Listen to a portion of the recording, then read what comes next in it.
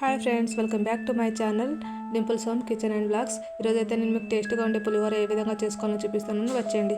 ముందుగా మనం gas stove on చేసుకొని కడాయిని వేడి చేసుకోవాలి. ఇప్పుడు దీంట్లోనే ఒక 2 స్పూన్స్ ఆయిల్ కూడా వేసుకొని ఆయిల్ వేడైన తర్వాత మనం దీంట్లోనే కొంచెం ఆవాలు, అలాగే కొంచెం జీలకర్ర మంచిగా ఫ్రై చేసుకోవాలి. ఇప్పుడు దీంట్లోనే కొంచెం పల్లీలు, కొంచెం పోపు గింజలు, అలాగే కొన్ని మినపగుండ్లు, అలాగే మన కారానికి సరిపడా పచ్చిమిర్చి, 1-2 ఎండుమిర్చి, అలాగే కొంచెం కరివేపాకు కూడా వేసుకొని మంచిగా ఫ్రై చేసుకోవాలి.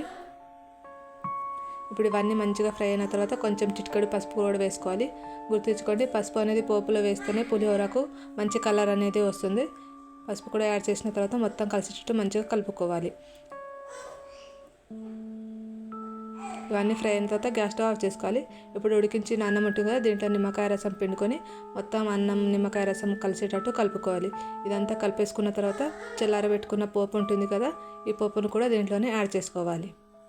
ఇప్పుడు ఈ పోపు అన్నం మొత్తం కలిసేటట్టు మంచిగా కలుపుకోవాలి.